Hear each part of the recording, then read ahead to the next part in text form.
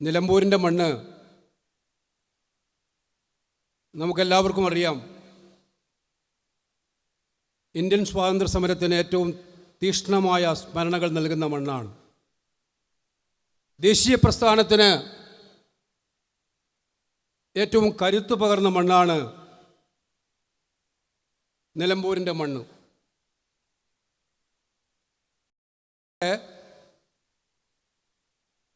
ബഹുമാന്യനായ ശ്രീ ആര്യാടൻ ഏറ്റവും ഒടുവിൽ UDFൻ്റെ MLA ആയി പ്രവർത്തിച്ച ആളാണ്.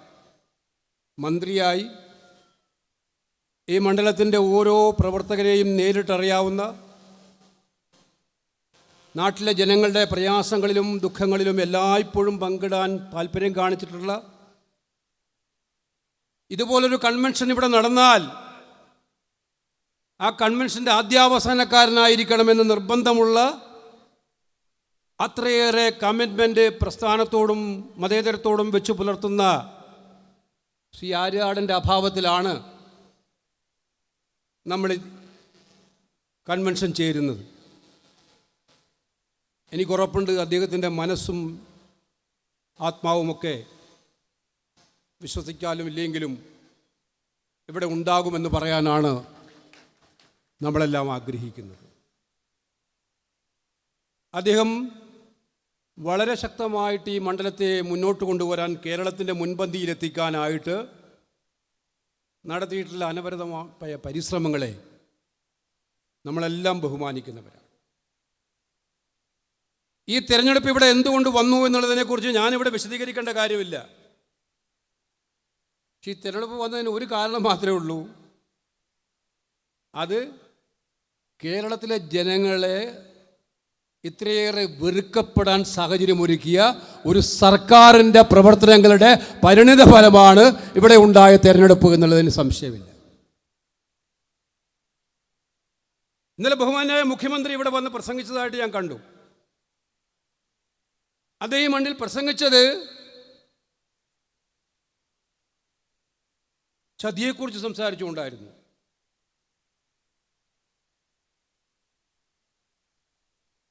മലപ്പുറത്തിൻ്റെ മണ്ണിൽ ഉണ്ടായ ചതിയെക്കുറിച്ചും അദ്ദേഹത്തിന് ഏറ്റവും ഒടുവേൽക്കേണ്ടി വന്ന ചതിയെക്കുറിച്ചും സംസാരിച്ചുകൊണ്ടായിരുന്നു അദ്ദേഹം സംസാരിച്ചത്. അതേതായാലും നന്നായി. കാരണം ചതി എന്ന പ്രയോഗം ഉപയോഗിക്കാൻ ഏറ്റവും യോഗ്യനായ ഒരാൾ കേരളത്തിലെ മുഖ്യമന്ത്രി പിണറായി വിജയനാണെന്ന് കേരളത്തിലെ ജനങ്ങൾക്ക് എല്ലാവർക്കും അറിയാം. വാര്യംകുന്നത്തിൻ്റെ പേരിലായാലും ഇവിടെ അദ്ദേഹം പറഞ്ഞത് ഞാൻ ആലോചിക്കുകയായിരുന്നു. അത് പറയുമ്പോൾ മാസങ്ങൾക്ക് മുമ്പല്ലേ അദ്ദേഹം, ഇവിടെ എല്ലാവർക്കും അറിയാവുന്നതാണ്, ഹിന്ദു പത്രത്തിൽ നടത്തിയ ഇൻ്റർവ്യൂവിൽ അദ്ദേഹം പറഞ്ഞത് 150 കിലോ സ്വർണവും 123 കോടി രൂപയും മലപ്പുറം ജില്ലയിൽ നിന്നും മാത്രം പിടിച്ചെടുത്തു. ആ പണം തീവ്രവാദ പ്രവർത്തനങ്ങൾക്കും ദേശവിരുദ്ധ പ്രവർത്തനങ്ങൾക്കും ഉപയോഗിക്കാൻ വേണ്ടിയിട്ടുള്ള പണമാണ് എന്ന് മലപ്പുറം ജില്ലയെന്ന് പറയുന്ന ഈ നാട്ടിലെ കേരളത്തിൻ്റെ 13 ജില്ലകളിലെ പോലെ തന്നെ 13 ജില്ലകളെ പോലെ തന്നെ ഏറ്റവും വിലപ്പെട്ട സംഭാവന ചെയ്യുന്ന ഒരു ജില്ലയെ സംശയത്തിൻ്റെ മുനയിൽ കൊണ്ടുപോയി നിർത്തി ഈ ജില്ലയോട്ടാകെ അപമാനിച്ച് ഈ ജില്ലയ്ക്ക് എതിരെ ഏറ്റവും വലിയ ചതിപ്രയോഗം നടത്തിയ സാക്ഷാൽ പിണറായി വിജയൻ മലപ്പുറത്ത് വന്ന് ചതിയെക്കുറിച്ച് പറയുന്നത് എന്തുകൊണ്ടാണ്?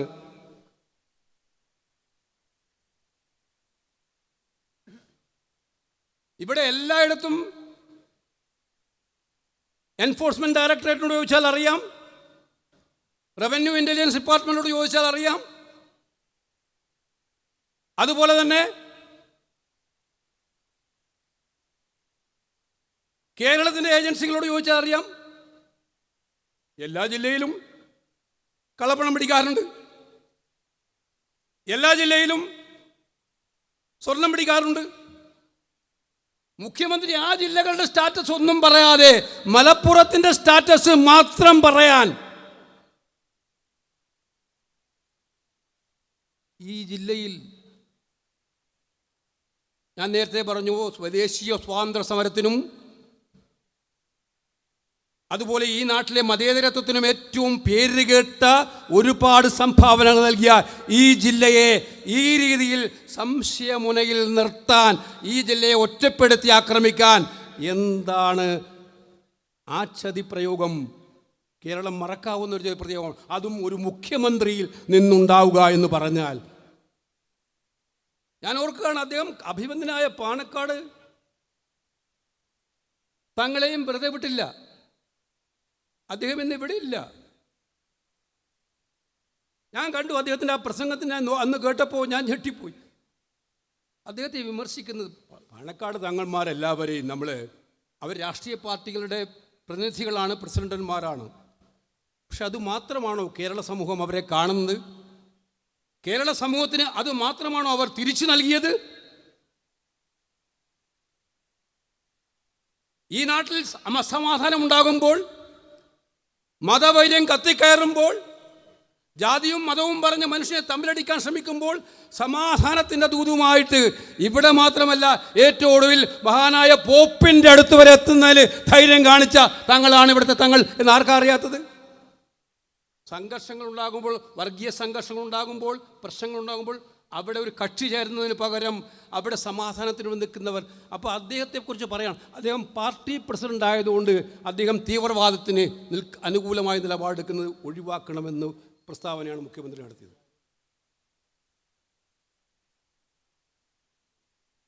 അദ്ദേഹത്തിൻ്റെ രണ്ടാമത്തെ ചതിപ്രയോഗം ഞാൻ ആലോചിച്ചു. ചതിയന്മാരെ കുറിച്ച് അദ്ദേഹം പറഞ്ഞതാണല്ലോ, അത് ഞാൻ പറഞ്ഞതല്ല. അദ്ദേഹത്തിൻ്റെ തന്നെ സ്വന്തം ക്യാബിനറ്റിലെ ഒരു മന്ത്രിയായിരുന്ന കഴിഞ്ഞ ലോക്സഭാ തിരഞ്ഞെടുപ്പിലെ തൃശ്ശൂരിലെ പാർട്ടി സ്ഥാനാർത്ഥി പറഞ്ഞു, വലിയ ചതിപ്രയോഗത്തിലൂടെയാണ് എന്നെ തൃശ്ശൂരിൽ തോൽപ്പിച്ച് BJPക്ക് പാർലമെന്റിൽ പോകാൻ അവസരം കൊടുത്തത്. തൃശ്ശൂർ പൂരം കലക്കി കൊടുത്തിട്ട് അതിന് പറ്റുന്ന ആളുകളെ അവിടെ നിയോഗിച്ച് പൂരം കലക്കി കൊടുത്ത് അതിലൂടെ ഭാരതീയ ജനതാ പാർട്ടിക്ക് കേരളത്തിൽ ആദ്യമായിട്ട് പാർലമെന്റിലേക്ക് അക്കൗണ്ട് തുറക്കാൻ, നരേന്ദ്രമോദിക്ക് വേണ്ടി, ഫാസിസത്തിന് വേണ്ടി ഒരു അക്കൗണ്ട് തുറക്കാൻ സ്വന്തം ക്യാബിനറ്റിലെ ആളായിരുന്ന ആളെ ചതിച്ചു എന്ന് പൊതുസമൂഹത്തിന് മുന്നിൽ നിൽക്കുന്ന ആൾ ആ ചതിപ്രയോഗം മുഖ്യമന്ത്രി ചതിയുടെ വഞ്ചനയുടെ കഥകൾ പറഞ്ഞാൽ പുറത്തു പറയാൻ മടിക്കുന്ന ഒരുപാട് കഥകൾ അങ്ങയുടെ പാർട്ടി സഖാക്കൾക്ക് അങ്ങയെക്കുറിച്ച് പറയാനുണ്ടാകും. അവരത് പറയില്ല. പക്ഷെ സ്വന്തം പാർട്ടിയിൽ പോലും അങ്ങ് നടത്തിക്കൊണ്ടിരിക്കുന്ന പ്രയോഗങ്ങൾ ഓരോന്നും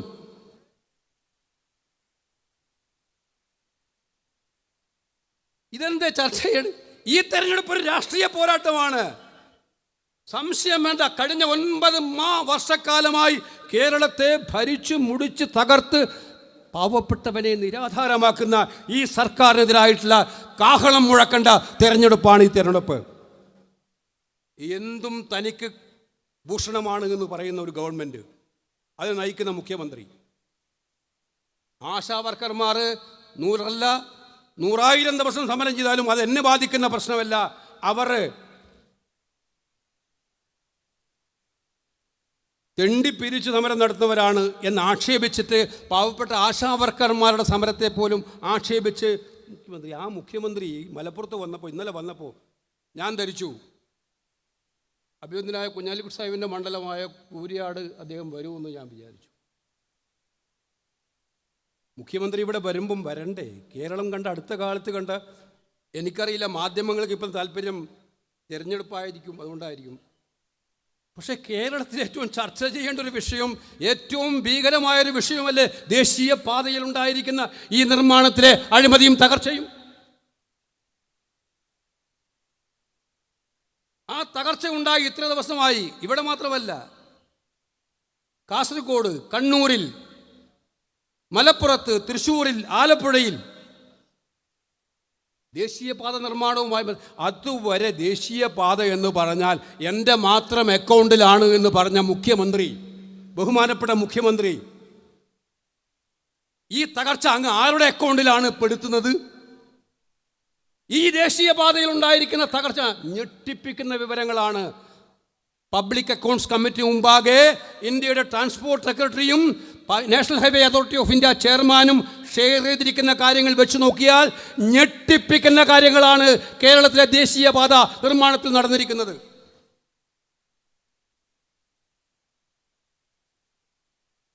ബാധ്യതയില്ലേ മുഖ്യമന്ത്രിക്ക് ഇവിടെ വരുമ്പോൾ അവിടെ ഒന്ന് കാണാൻ? അവർ ഈ നാട്ടിലെ വോട്ടർമാരല്ലേ?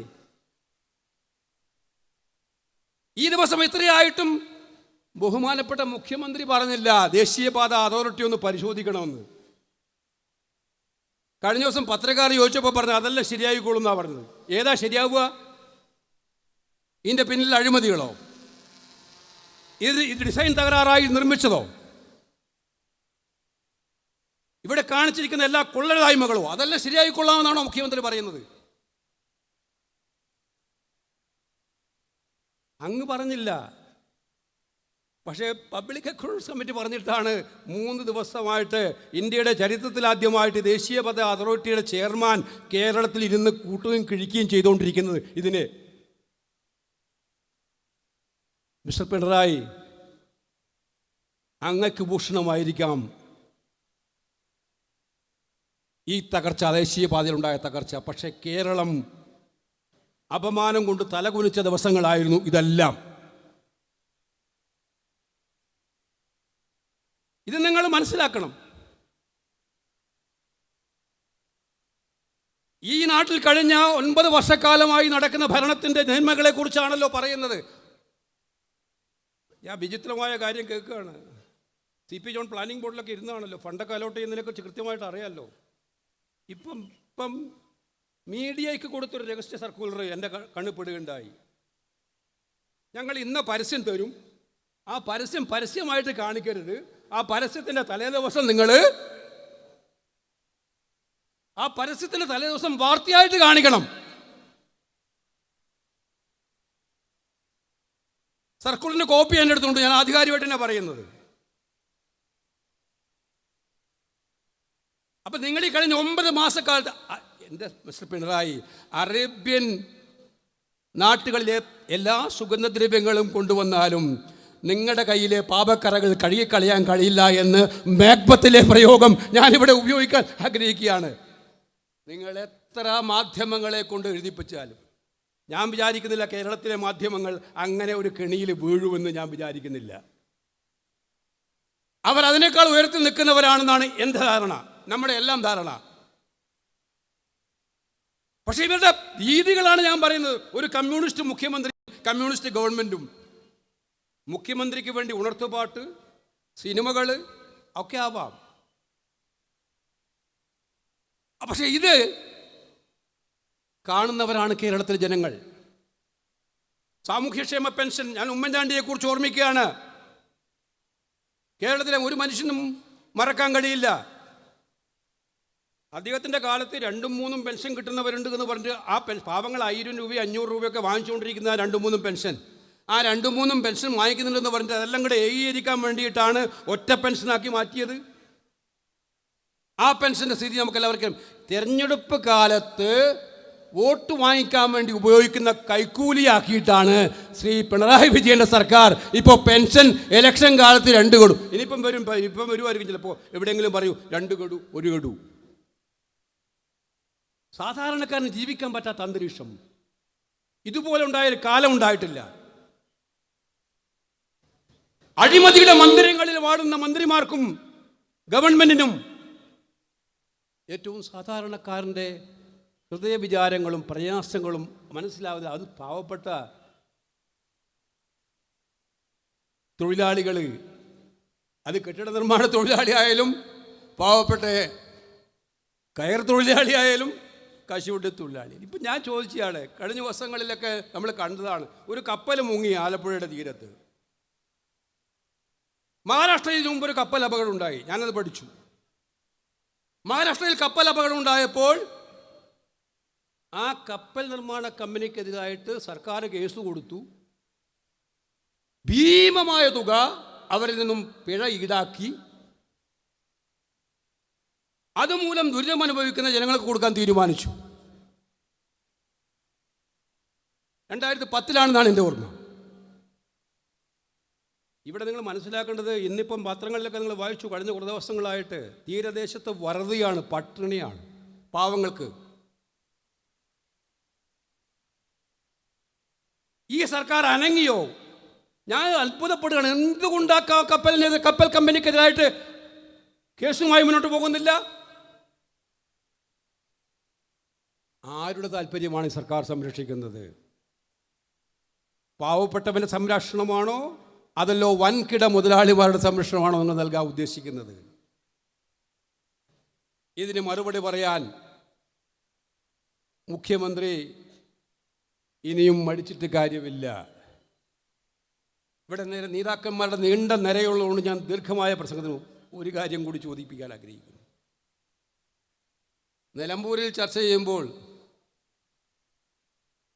വലിയ മലയോരം ഈ നാട്ടിലുണ്ട്. പാവപ്പെട്ടവന് മലയോരത്ത് പ്രവർത്തിക്കുന്ന പാവപ്പെട്ട സാധാരണക്കാർ ഉറങ്ങിയിട്ട് എത്ര നാളായി? ഏത് രാത്രിയിലാണ് അവർക്ക് ഉറങ്ങാൻ പറ്റുന്ന അന്തരീക്ഷം ഉണ്ടാകുക എന്നുള്ള ചോദ്യം ഈ കഴിഞ്ഞ ഒരു കൊല്ലത്തിനിടയിൽ നിലമ്പൂരും മാത്രം വന്യമൃഗാക്രമണത്തിൽ മരിച്ചു വീണവർ. എന്താണ് ഈ സർക്കാരിൻ്റെ നയം?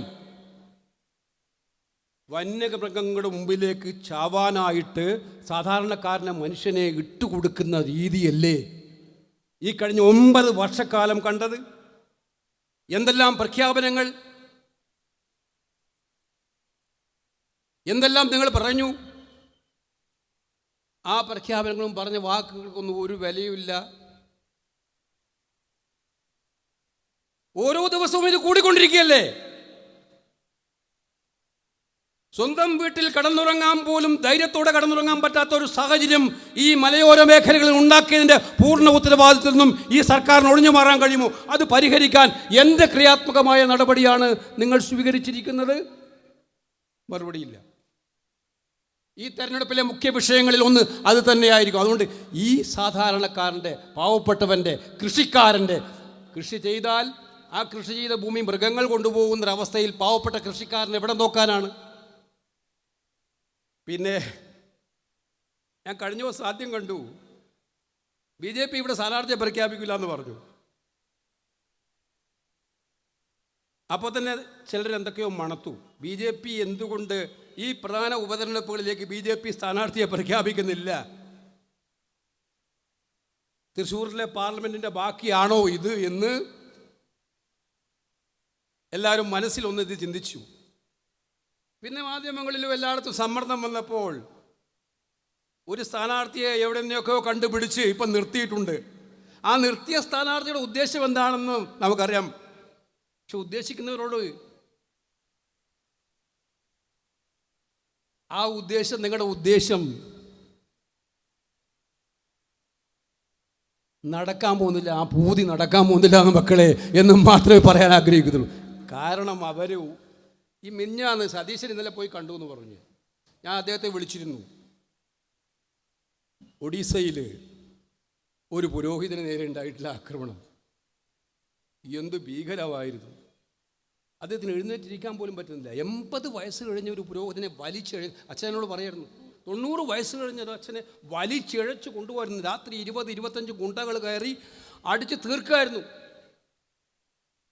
അവർ ഓടി രക്ഷപ്പെട്ടു കേരളത്തിലേക്ക് ചികിത്സക്ക്. BJP ഭരിക്കുന്ന സംസ്ഥാനങ്ങളിൽ കഴിഞ്ഞ ഒരു വർഷക്കാലമായി ഭരണമാറ്റം BJPക്കുണ്ടായ ഒഡീസയിൽ കഴിഞ്ഞ ഒരു വർഷത്തിനിടയിൽ 7 സംഭവങ്ങളാണ് സമാനമായിട്ട് ക്രൈസ്തവരെ ആക്രമിക്കാൻ നടക്കുന്നത്. മുനമ്പത്തിൻ്റെ കാര്യം ഞാൻ പറയേണ്ട കാര്യമില്ല. എന്തെല്ലാം വാഗ്ദാനമായിരുന്നു. നിയമം അമിത്ഷായും അതുപോലെ തന്നെ നമ്മുടെ കിരൺ റിജിജു ഒക്കെ കൊടുത്ത വാഗ്ദാനങ്ങൾ എന്തൊക്കെയായിരുന്നു. ഇപ്പോഴെന്താ സംഭവിക്കുന്നത് നമുക്കറിയാം.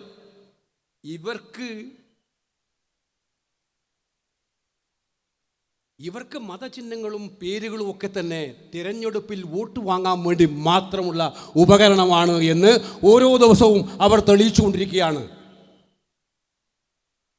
ആ BJPയുടെ സ്ഥാനാർത്ഥിത്വ പ്രഖ്യാപനവും സംശയം വേണ്ട, നിങ്ങൾ ഉദ്ദേശിക്കുന്ന കാര്യം ഇവിടെ നടക്കില്ല എന്ന് വരുത്തും. കാരണം കേന്ദ്രത്തിൻ്റെ മോഡി സർക്കാരിൻ്റെ ജനവിരുദ്ധമായ നയങ്ങൾ ഒരുപാട് കാര്യങ്ങളെക്കുറിച്ചൊന്നും ഞാനിവിടെ വീണ്ടും ദീർഘിപ്പിക്കുന്നില്ല. അതുകൊണ്ട് ഈ തിരഞ്ഞെടുപ്പ് എന്ന് പറയുന്നത് കഴിഞ്ഞ 9 വർഷക്കാലമായി ജനങ്ങൾ അനുഭവിക്കുന്ന കെടുതികൾ, കഷ്ടപ്പാടുകൾ, വേദനകൾ, സങ്കടങ്ങൾ അവർക്ക് പരിഹാരം തേടിയുള്ള യാത്രയുടെ പ്രധാനപ്പെട്ട നിർണായക നാഴികക്കല്ലാണ്. ഐക്യജനാധിപത്യ മുന്നണി കഴിഞ്ഞ 9 വർഷക്കാലം, നിങ്ങൾക്ക് പലപ്പോഴും പ്രളയം കൊണ്ടും കോവിഡ് കൊണ്ടും ഒക്കെ തന്നെ ഈ ജനങ്ങളുടെ യഥാർത്ഥ പ്രശ്നങ്ങളിൽ നിന്നും വഴിതെറ്റിപ്പിക്കാനുള്ള ശ്രമം നടത്താൻ സാധിച്ചിട്ടുണ്ടാകുമായിരിക്കാം. പക്ഷേ ആ യഥാർത്ഥ പ്രശ്നങ്ങൾ കുന്നുകൂടി ജനങ്ങൾക്ക് സഹിക്കാവുന്നതിൻ്റെ അങ്ങേ അറ്റം നിൽക്കുകയാണ് ഇപ്പോൾ ഈ സർക്കാർ. ഈ സർക്കാരിൽ നിന്നൊരു മോചനം വേണമെന്ന് യഥാർത്ഥ കമ്മ്യൂണിസ്റ്റുകാരൻ നെഞ്ചത്ത് കൈവച്ച് പറയുന്നുണ്ട്. പുറത്തു പറയാൻ പേടിയായിരിക്കും. ആ സർക്കാരിനെ താഴെ ഇറക്കാൻ വേണ്ടിയിട്ടുള്ള പോരാട്ടത്തിൻ്റെ ഏറ്റവും ഉജ്ജ്വലമായ നാഴികക്കല്ലാണ് ഈ തെരഞ്ഞെടുപ്പ്. ഇവിടെ പോരാട്ടം ഐക്യജനാധിപത്യ മുന്നണിയും അതുപോലെ LDFും തമ്മിലുള്ള പോരാട്ടമാണ് ഇവിടെ നടക്കുന്നത്. ഈ പോരാട്ടത്തിൽ വഴിതിരിച്ചു വിടാൻ ആരെങ്കിലുമൊക്കെ ശ്രമിക്കുന്നുണ്ടെങ്കിൽ അവരോട് എനിക്ക് പറയാനുള്ളത് അതൊന്നുമല്ല. ഇവിടുത്തെ ജനങ്ങളുടെ പ്രധാന പ്രശ്നം ഇടതുപക്ഷ മുന്നണിയുടെ ദുർഭരണത്തെ അവസാനിപ്പിക്കാൻ വേണ്ടിയിട്ടുള്ള ശ്രമം നടത്തുക എന്നതാണ്. അതിന് നിലമ്പൂരിലെ ജനങ്ങൾ ഒറ്റക്കെട്ടായി നിൽക്കും എന്നുള്ള കാര്യത്തിൽ സംശയമില്ല. ബാപ്പൂട്ടി, ഞാൻ ആര്യാടൻ ഷൗക്കത്തിനെ അങ്ങനെ വിളിക്കാനാണ് ആഗ്രഹിക്കുന്നത്. നിലമ്പൂരുകാർക്കും അങ്ങനെ വിളിക്കാനാണ് ഇഷ്ടമെന്ന് എനിക്കറിയാം. ബാപ്പൂട്ടിക്കൊരു വോട്ട് ഈ മണ്ണിൽ, ഈ നാടിൽ ഒറ്റക്കായിരിക്കില്ല. ഉപതെരഞ്ഞെടുപ്പ് ജയിച്ച് ഈ മണ്ഡലത്തിൽ നിന്ന് MLA ആയാൽ ഈ നിലമ്പൂർ നിയോജക മണ്ഡലത്തിൻ്റെ വികസനത്തിന് വേണ്ടി ഈ UDF നിര ഒറ്റക്കെട്ടായി നിലമ്പൂരുകാരോടൊപ്പം ഉണ്ടാകും എന്ന് പറഞ്ഞുകൊണ്ട് ബാപ്പൂട്ടിയെ മുനിസിപ്പൽ ചെയർമാൻ എന്നതിൽ നന്നായിട്ട് ഷൈൻ ചെയ്തിട്ടുള്ള ഒരു മുനിസിപ്പൽ ചെയർമാന്മാരുടെ കൂട്ടത്തിലുള്ള ഒരാളായിരുന്നു ബാപ്പൂട്ടി. എനിക്കറിയാം, ശ്രീ രാഹുൽ ഗാന്ധിയും ശ്രീമതി പ്രിയങ്ക ഗാന്ധി ഇവിടെ മത്സരിച്ചപ്പോൾ ആ തെരഞ്ഞെടുപ്പുകളൊക്കെ ഞാൻ നേരിട്ട് കണ്ടതാണ്. എല്ലാ മേഖലകളിലും, മലയോര മേഖലകളിലും, എല്ലാ മേഖലകളിലെയും പാവപ്പെട്ടവരെയും സാധാരണക്കാരെയും നെഞ്ചോട് ചേർത്ത് പിടിക്കാൻ മുന്നോട്ട് വരുന്ന ഏറ്റവും പ്രധാനപ്പെട്ട ഒരു സ്ഥാനാർത്ഥി എന്ന നിലയിൽ ബാപ്പൂട്ടിയെ, ആര്യാടൻ ഷൗക്കത്തിനെ വൻപിച്ച ഭൂരിപക്ഷത്തോടെ വിജയിപ്പിച്ച് ഈ നാട്ടിലെ മാറ്റത്തിന് നാന്ദി കുറിക്കാൻ നിലമ്പൂരുകാർക്ക് കിട്ടിയിരിക്കുന്ന ഈ അവസരം വിനിയോഗിക്കണമെന്ന് പറഞ്ഞുകൊണ്ട് ഈ സമ്മേളനം ഉദ്ഘാടനം ചെയ്യുന്നു. നമസ്കാരം. ജയ് ഹിന്ദ്.